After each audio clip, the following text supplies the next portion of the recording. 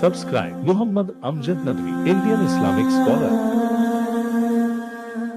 أعوذ بالله من الشيطان الرجيم بسم الله الرحمن الرحيم خلق السماوات والأرض بالحق يكبر الليل على النهار ويكبر النهار على الليل وسخر الشمس والقمر كل يجري لأجل مسمى ألا هو العزيز الغفار خلقكم من نفس واحدة ثم جعل منها زوجها وأنزل لكم من الأنعام ثمانية أزواج يخلقكم في بطون أمهاتكم خلقا من بعد خلق في ظلمات ثلاث ذلكم الله ربكم له الملك لا إله إلا هو فأنا تصرفون.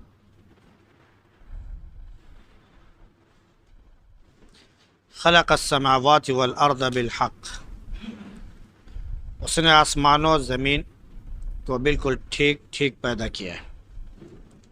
وہ رات کو دن پر لپیٹ دیتا ہے اور دن کو رات پر لپیٹ دیتا ہے. اس نے سورج اور چاند کو مسخر کر دیا، ہر ایک وقت مقررہ تک کے لیے چل رہا ہے. سن لو، وہی زبردست ہے اور بڑی مغفرت کرنے والا ہے.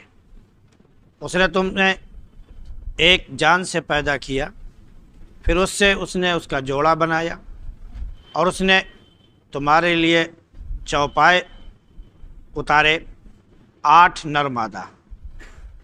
وہ تمہیں ماں کے پیٹ میں پیدا کرتا ہے، ایک کیفیت کے بعد دوسری کیفیت پر 3 تاریکیوں میں. وہ اللہ تمہارا رب ہے، اسی کی بادشاہت ہے، اس کے سوا کوئی معبود نہیں. تو تم کہاں پھرے جا رہے ہو؟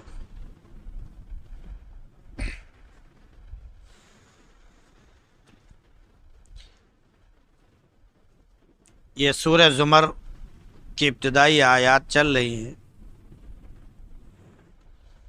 کل سورہ زمر کے بالکل آغاز میں اس بات کا ذکر تھا کہ اللہ رب العزت نے کتاب نازل فرمائی ہے، اس میں کوئی کمی بیشی کی گنجائش نہیں، اور اس کی حفاظت کا ذمہ بھی اللہ نے لیا ہے. وہ عزت والا بھی ہے، غالب ہے اور حکمت والا ہے. اس نے کتاب نازل کی بالکل برحق، لہذا اللہ کی عبادت کیجیے، اسی کے لیے بندگی کو خالص کرتے ہوئے. اور بندگی صرف اسی کے لیے ہے، کسی اور کی بندگی اور عبادت جائز نہیں ہے. لہذا جو لوگ اللہ کو چھوڑ کر دوسروں کو حمایتی اور ولی مانتے ہیں، یا انہیں اللہ کی طرح روزی دینے والا اور دیگر تمام چیزوں میں اللہ کے برابر مانتے ہیں، تو حقیقت یہ ہے کہ وہ صرف یہ سوچتے ہیں کہ یہ ان کی عبادت سے وہ اللہ کے قریب پہنچ جائیں گے، کیونکہ وہ ان کو قریب کر دیں گے. تو اللہ کے قریب پہنچنے والے نہیں، بلکہ اللہ ان کے درمیان فیصلہ کر دے گا جس چیز میں اختلاف کر رہے تھے. اور اللہ رب العزت جو جھوٹے اور ناشکرے ہوتے ہیں ان کو ہدایت نہیں دیتا ہے. پھر لوگوں کا جو اعتراض تھا کہ اللہ کے بیٹے ہیں یا بیٹیاں ہیں، تو اللہ نے فرما دیا کہ اگر وہ بیٹا بناتا تو اپنی مخلوق میں سے بناتا، اس کو اس کی ضرورت نہیں ہے. وہ ان تمام چیزوں سے بالکل پاک ہے، وہ تنہا ہے اور وہ بڑا ہی غالب ہے.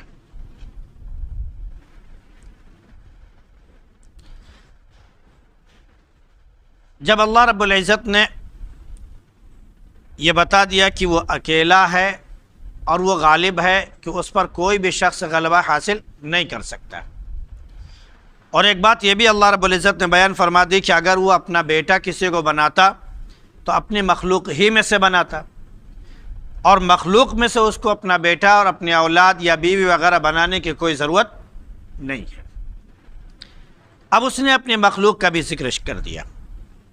سب سے پہلے آسمان و زمین کا ذکر کیا کہ اسے نے آسمان و زمین پیدا کیے. بہت سے آسمان ہیں اور بہت سی زمین ہیں.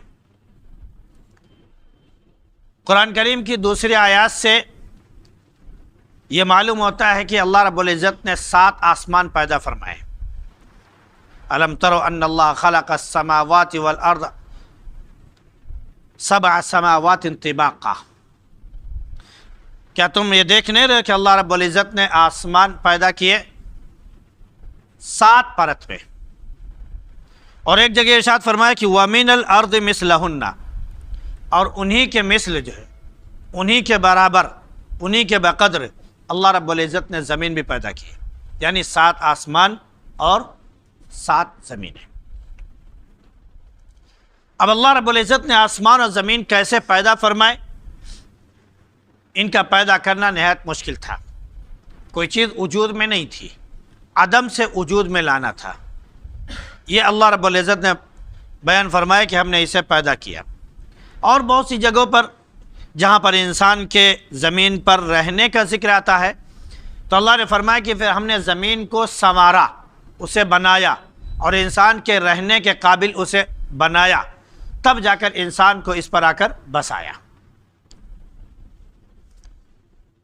تو اللہ رب العزت نے آسمان اور زمین جو پیدا کیے کوئی ناحق نہیں پیدا کیے، بلکہ یہ صنعت کے لحاظ سے جو انسان اپنی کاریگری دنیا میں دکھاتا ہے، ان تمام لحاظ سے اگر وہ دیکھے تو زمین اور آسمان کی تخلیق کو وہ کہیں پر بھی برا اور بیکار نہیں پائے گا۔ اس کے بعد اللہ نے فرمایا کہ وہ رات کو دن پر اور دن کو رات پر لپیٹ دیتا ہے، یعنی رات کی تاریکی چھپ جاتی ہے دن کے اجالے سے، اور دن کا اجالا چھپ جاتا ہے رات کی تاریکی سے۔ ایک جگہ اس نے فرمایا کہ اذا الشمس کوورت، جب سورج بے نور کر دیا جائے گا، یعنی اس کی روشنی بالکل سے ختم کر دی جائے گی۔ یہ اللہ رب العزت انسان کو بتا رہا ہے کہ ایک وقت ایسا بھی آئے گا کہ ساری کائنات بالکل سے ختم ہو جائے گی۔ یہ سورج جو ہمیشہ روشنی دیتا ہے اور آج تک اس کی روشنی میں کوئی کمی نہیں آئی ہے، ایک دن ایسا بھی آئے گا کہ یہ بالکل سے بجھ جائے گا، اس کی روشنی بالکل ختم ہو جائے گی اور بالکل چاروں طرف تاریکی ہی تاریکی چھا جائے گی۔ تو اللہ رب العزت رات کو دن پر لپیٹتا ہے اور دن کو رات پر لپیٹتا ہے۔ یہ کاغذ ہے، اسے آدمی لپیٹتا ہے، وہ اس کی سمجھ میں آتا ہے کہ ہاں یہ چیز لپٹ رہی ہے، ایسے چلی جا رہی ہے۔ چادر ہے، بستر ہے، انسان لپیٹتا ہے کیونکہ اس کے اندر ایک جسامت ہے، ایک شکل ہے، اس لیے اس کو ہم لپیٹتے چلے جا رہے ہیں۔ لیکن جو چیز ہمیں نظر نہیں آ رہی کہ وہ کیسے لپیٹی جاتی ہے، کیسے اس کو کیا جاتا ہے، تو ایک جاننا بھی مشکل ہوتا ہے۔ لیکن اللہ رب العزت نے انسان کو جو علم دیا ہے، جو ہنر دیا ہے، اس کے ذریعے انسان نے خود ثابت کر دیا ہے کہ جو چیز ہمیں کمیت کے لحاظ سے اور کیفیت کے لحاظ سے لپٹتی ہوئی دکھائی نہ پڑے، اسے بھی لپیٹا جا سکتا ہے، اسے بھی لپیٹا جا سکتا ہے۔ آج کمپیوٹر کا دور ہے، موبائل کا دور ہے۔ ہم موبائل میں یہ دیکھتے ہیں کہ خود اگر کوئی مثال کے طور پر کتاب آپ پڑھنا چاہیں تو کتاب ہی آپ کی پوری کتاب اس میں موجود ہے۔ اب اگر آپ اس کا پیج پلٹنا چاہیں تو رکھی بات ہے کہ موبائل میں پیجز تو ہیں نہیں کہ آپ اس کو پلٹ سکیں، لیکن جب آپ اس پر اپنا ہاتھ ایسے پھیرتے ہیں تو خود آپ دیکھتے ہیں کہ اس کا ورق آپ کو پلٹتا ہوا دکھائی پڑتا ہے، حالانکہ ورق نہیں پلٹ رہا ہوتا ہے، صرف اسکرین پر ایک چیز چلتی ہوئی نظر آتی ہے جو آپ کی شکل آپ کے ہاتھ کے ساتھ ساتھ وہ چل رہی ہوتی ہے، اس کے بعد اگلا پیج آپ کو دکھائی پڑ جاتا ہے، ایک پیج پلٹ جاتا ہے، لپٹ جاتا ہے اور دوسرا پیج آ کر سامنے آ جاتا ہے۔ اسی طرح دیگر تمام چیزیں آپ یہ دیکھتے ہیں کہ جو چیز وہ منظر عام پر دکھاتے ہیں، اسکرین پر دکھا رہے ہوتے ہیں، تو ایک چیز سامنے ہوتی ہے اور اسی کے سامنے ایک دوسری چیز خود بخود آتی ہے اور اس کو چھپا دیتی ہے، ہوتا ہے۔ آپ دیکھیے خوب اس کا آپ کو مشاہدہ ہوگا، خوب تجربہ آپ کریں گے۔ کمپیوٹر کے ذریعے ہوتا ہے، کمپیوٹر میں ایسے آپشن سے رکھے جاتے ہیں کہ مثال کے طور پر ایک چیز یہ آپ نے یہاں پر ہرا کلر کیا، اب اسی ہرا کلر نظر آئے یہ نظر آئے، اس کے ساتھ ساتھ یہ چاہتے ہیں کہ اس کے اوپر ایک دوسرا کلر بھی چڑھ جائے، وہ بھی نظر آئے، اور یہ تھوڑا سا چھپا ہوا بھی نظر آئے۔ اس آپشن کے ذریعے ایسا بھی ہوتا ہے کہ اس کو چھپا دیا جاتا ہے اور دوسرا اس کے اوپر لا کر رکھ دیا جاتا ہے، اور پرنٹ میں بالکل ویسی نظر آتا ہے۔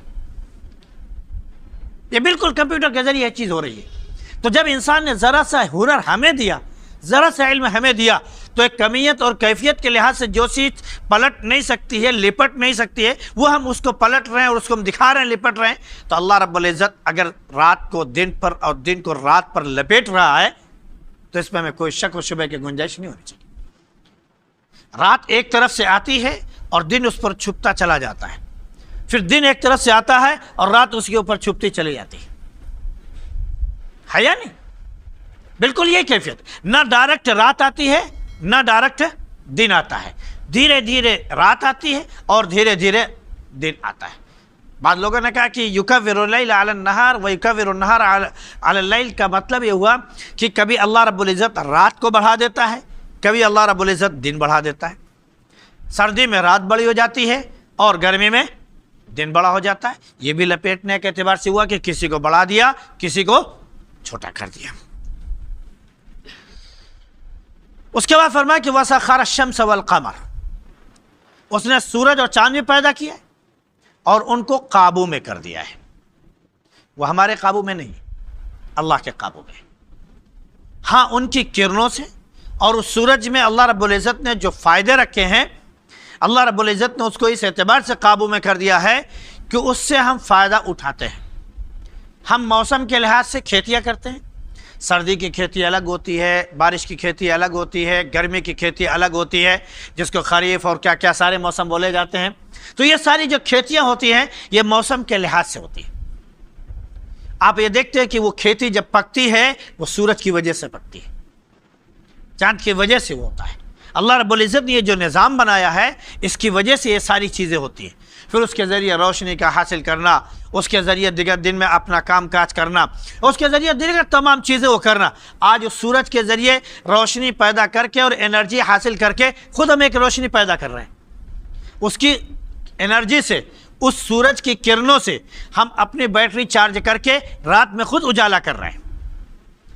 اگر سائنسداں نے یہ بتایا کہ سورج کی کرنوں کی وجہ سے دوسرے سیارات رات میں منور ہو جاتے ہیں، چاند منور ہو جاتا ہے سورج کی روشنی کی وجہ سے، تو کوئی بعید بات نہیں ہے، کیونکہ اللہ رب العزت نے ہمیں خود دکھا دیا کہ ہم جو ہے آج جو اپنا سسٹم بنا رہے ہیں سولر سسٹم، وہ خود کیا ہوتا ہے کہ سورج کی روشنی سے کیا ہوتا ہے، چارج ہوتا ہے، اور اس کے بعد جیسے رات ہوتی ہے فوراً وہ لائٹ جل جاتی ہے، ہمیں جلانے کی بھی ضرورت نہیں پڑتی۔ سورج ادھر بجھا، ختم ہوا، ادھر فوراً ہمارا بنایا ہوا چراغ، ہماری بنائی ہوئی روشنی فوراً جو ہے جل جاتی ہے۔ روڈوں پر آپ دیکھیے کہ چھوٹے چھوٹے کمکمے لگے ہوتے ہیں سائڈوں میں اور بیچ میں، آپ دیکھیں وہ دن بھر سورج کی روشنی سے چارج ہوتے ہیں، اور جیسی رات ہوتی ہے فوراً جو ہے وہ جلنا شروع ہو جاتے ہیں، لال پیلی لائٹیں جلنا شروع ہو جاتی ہیں۔ یہ سب سسٹم ہم نے بنائے ہیں، ہم نے، اللہ نے ہمیں جو عقل دی اس کے ذریعے کیا ہے۔ تو آپ خود سمجھ سکتے ہیں کہ اللہ نے سورج اور چاند کو کیسے قابو میں کر رکھا ہے۔ ہر ایک وقت مقررہ کے لیے چل رہا ہے، یعنی ہر ایک کی وقت میعاد متعین ہے، ہر ایک کا وقت متعین ہے۔ ہمارا وقت متعین، آپ کا وقت متعین۔ یہ کتاب ہم نے تیار کی، ایک وقت تک یہ کتاب بھی چلے گی، ایک دن ایسا بھی آئے گا یہ کتاب بھی بوسیدہ ہو جائے گی۔ یہ پنکھا چل رہا ہے، ابھی چل رہا ہے، ایک دن آئے گا کہ یہ پنکھا خراب ہو جائے گا، بوسیدہ ہو جائے گا۔ یہ دیواریں بنی ہوئی ہیں بہت مضبوط ہے، ایک دن آئے گا کہ اس میں لونا لگ جائے گا، دھیرے دھیرے یہ گن جائے گا، یہ دیوار ختم ہو جائے گی۔ دنیا میں جو چیز اللہ نے پیدا کی ہے اس کا ایک وقت ہے، اور اپنے وقت پر چیز کیا ہوگی، ختم ہو جائے گی۔ اسی طرح ایک وقت آئے گا جو آخرت کا وقت آئے گا تو ساری چیزیں جو موجود ہیں وہ اللہ رب العزت سب کو ختم کر دے گا۔ ہر ایک کا ایک وقت متعین ہے، کیونکہ وہ اکیلا ہے، غالب ہے اور مغفرت کرنے والا بھی ہے۔ یعنی انسان سے اگر خطا ہو جائے، اللہ سے معافی مانگنا چاہے تو اللہ رب العزت معافی فرماتا ہے۔ پھر اب انسان کی تخلیق بتائی کہ خلقکم من نفس واحدہ، اس نے ایک نفس سے تمہیں پیدا کیا، ایک جان سے پیدا کیا۔ وہ ایک جان کون ہے؟ حضرت آدم علیہ السلام، حضرت آدم علیہ السلام۔ پھر اللہ نے فرمایا کہ اس جان سے اس نے جوڑا بنایا، ثم جعل منها زوجها، پھر اس جان سے اس نے اس کا جوڑا بنایا، یعنی آدم علیہ السلام کو اللہ رب العزت نے جنت میں پیدا فرمایا۔ آدم علیہ السلام کو تنہائی محسوس ہوئی، انہیں چاہا کہ کوئی ایسا ہوتا جس سے ہم انسیت کا اظہار کرتے۔ فرشتے ہیں وہ دوسری جنس کے ہیں، وہ ہماری جنس کے نہیں ہیں، تو کوئی ہماری جنس کا ہوتا جس سے ہم جو ہے چاہت کا، محبت کا، اپنائیت کا ہم اظہار کرتے۔ اللہ رب العزت نے آدم علیہ السلام کی بائیں پسلی سے حوا کو پیدا کر دیا، بائیں پسلی سے۔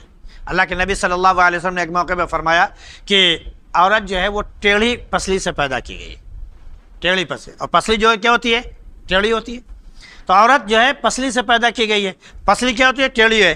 تو فرمایا کہ دیکھو اسی ٹیڑھے پن میں اس کا حسن ہے، اس کو اسی طرح رہنے دو، اور جو تمہاری ضرورتیں ہیں اس حسن کے ساتھ تم اپنی ضرورتیں پوری کر لو۔ اگر تم سوچو کہ اس کا اس ٹیڑھا پن ختم کر کے اسے سیدھا کر دیں تو تم ہڈی توڑ دو گے، یعنی تم طلاق ہو جائے گی وغیرہ وغیرہ ساری چیزیں ہو جائیں گی۔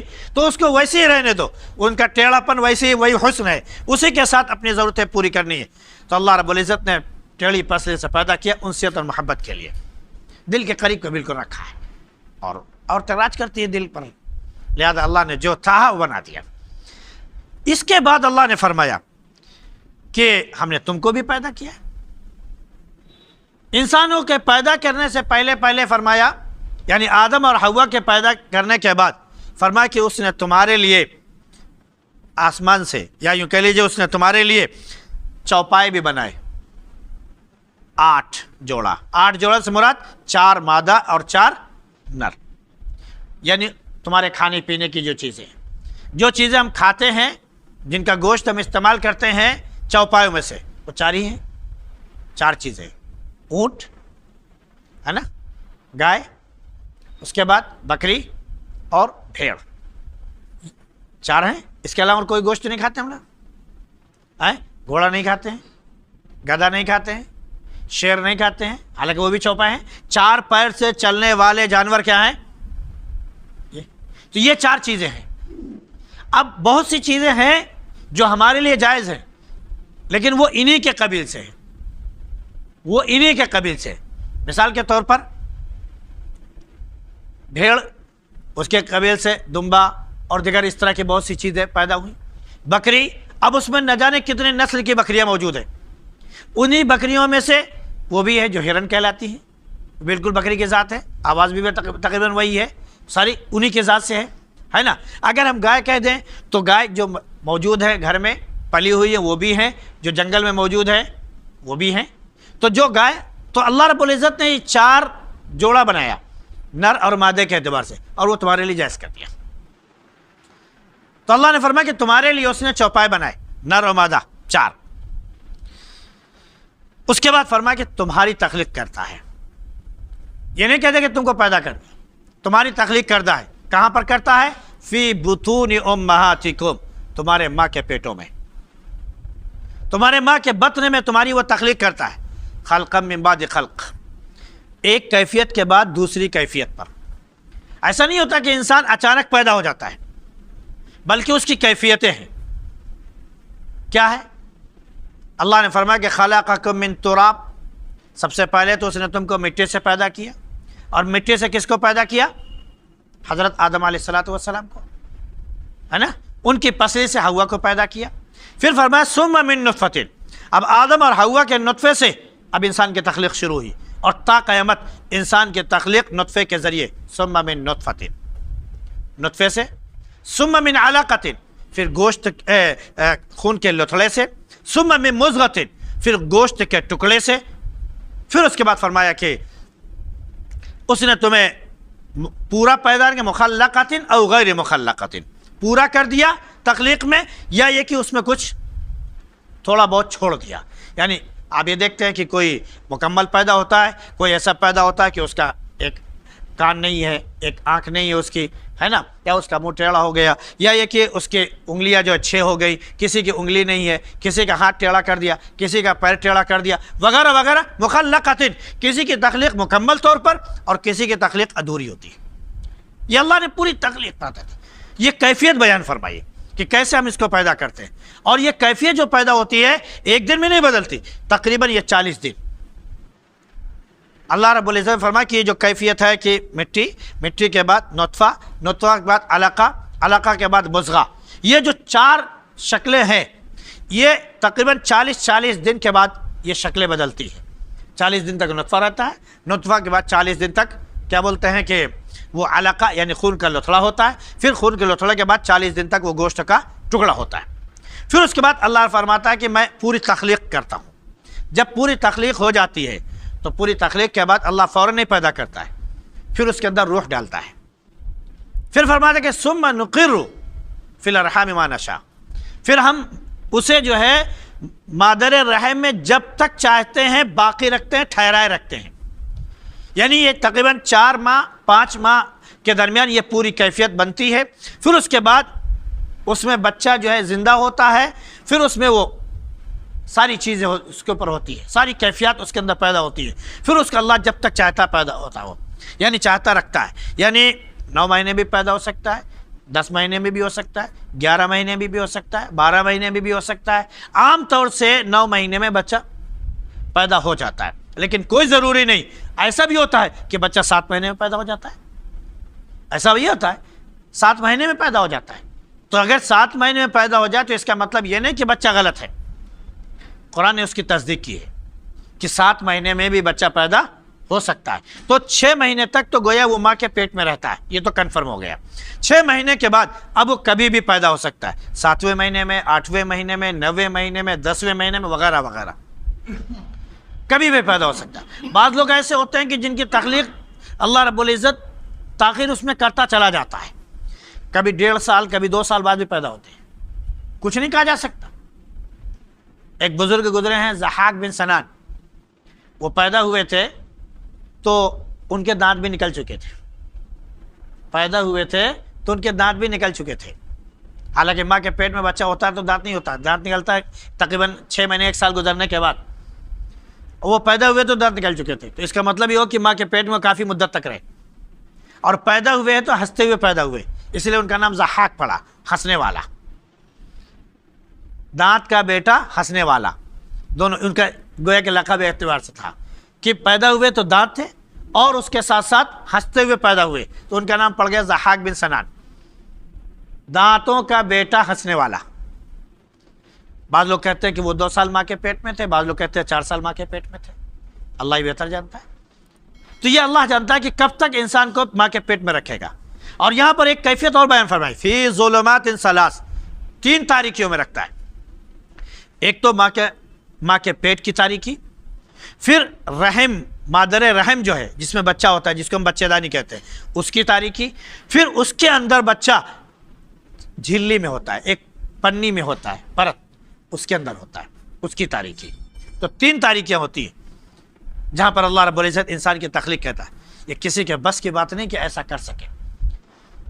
جب یہ سائنٹسٹ نے تحقیقات کی اور بچوں پر ریسرچ کیا تو بہرحال یہ سائنسی تحقیقات آج کے دور کی چیزیں ہیں۔ تو ایک سائنٹسٹ نے آ کے تمام بڑے بڑے ڈاکٹر تھے ان کے سامنے بیان کیا کہ آج میں نے ایک نئی چیز پر ریسرچ کی ہے اور بہت زبردست ریسرچ ہے، آپ لوگ سنیں گے تو اچھل پڑیں گے۔ تو لوگوں نے کہا کہ بھائی اپنی تحقیق پیش کیجیے۔ اس نے پیش کیا کہ جب بچہ پیدا ہوتا ہے تو اس کے اوپر جو پنی ہوتی ہے، جو جھلی ہوتی ہے، وہ 3 پرت میں ہوتی ہے۔ یہ ڈاکٹر کا کہنا تھا۔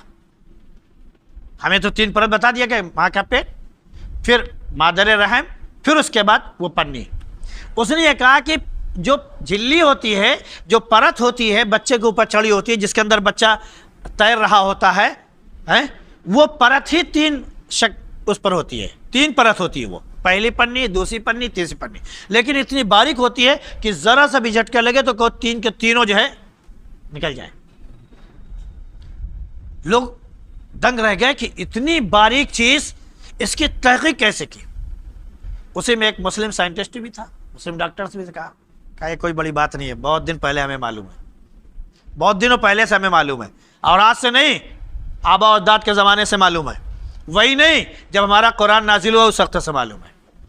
اللہ نے فرمایا کہ یخلقکم فی بطون امہاتکم خلقا من بعد خلق فی ظلمات ثلاث، اللہ رب العزت تمہیں تمہارے ماں کے پیٹ میں پیدا کرتا ہے، ایک کیفیت کے بعد دوسری کیفیت میں، 3 پرت میں۔ تو جب ہمارا قرآن 1400 سال پہلے نازل ہوا ہے، اس وقت اللہ نے بتا دیا کہ ہم تم کو 3 پرت میں پیدا کرتے ہیں۔ تم آج کی تحقیق بتا رہا، ہمارے پاس 1400 سال پہلے کی تحقیق موجود ہے، جاؤ ڈھونڈتے رہو۔ ایسے سائنٹسٹ فوراً اسلام قبول کرتے ہیں۔ ہاں، جس چیز کو آج ہم نے تحقیق کر کے ریسرچ کر کے سامنے لا کے لوگوں کے سامنے پیش کیا، یہ تحقیق قرآن کے اندر 1400 سال پہلے سے موجود۔ فرعون کی لاش آج تقریباً 3500 سال ہو چکے ہیں، بالکل محفوظ ہے۔ سائنٹسٹ اس پر حیران ہے کہ کیسے، اس پر ہر سال ریسرچ ہوتی ہے، ہر سال ریسرچ ہوتی ہے، بلکہ کہتے ہیں کہ اس کے اوپر ایک قسم کے بیکٹیریاز جو ہے نا، کیڑے مکوڑے کہہ لیجئے، بہت چھوٹے چھوٹے تو بیکٹیریا ہوتے ہیں، تو وہ بیکٹیریا پیدا ہو جاتے ہیں۔ ان بیکٹیریوں کو ختم کرنے کے لیے ہر سال اس کے اوپر چوہے چھوڑے جاتے ہیں، اور وہ چوہے ان بیکٹیریاز کو ختم کر دیتے ہیں، پھر اس کا جسم بالکل صحیح ہو جاتا ہے۔ جسم اس کا مردہ ہے، آج تک نہیں سڑی لاش۔ ایک سائنٹسٹ نے فرانس کے، اس نے جب تحقیق کی تو اس نے کہا کہ فرعون پانی میں ڈوبا ہو ہی نہیں سکتا ہے، کیونکہ پانی میں ڈوب کر مرنے والے کی لاش اتنے دن سے زیادہ باقی رہ ہی نہیں سکتی ہے۔ بڑی تحقیق پیش کی اس نے، لیکن پھر کیا ہوا، جب قرآن کی آیتیں اس کے سامنے پڑھی گئی تو وہ دنگ رہ گیا۔ اس نے کہا ہم پھر تحقیق کریں گے۔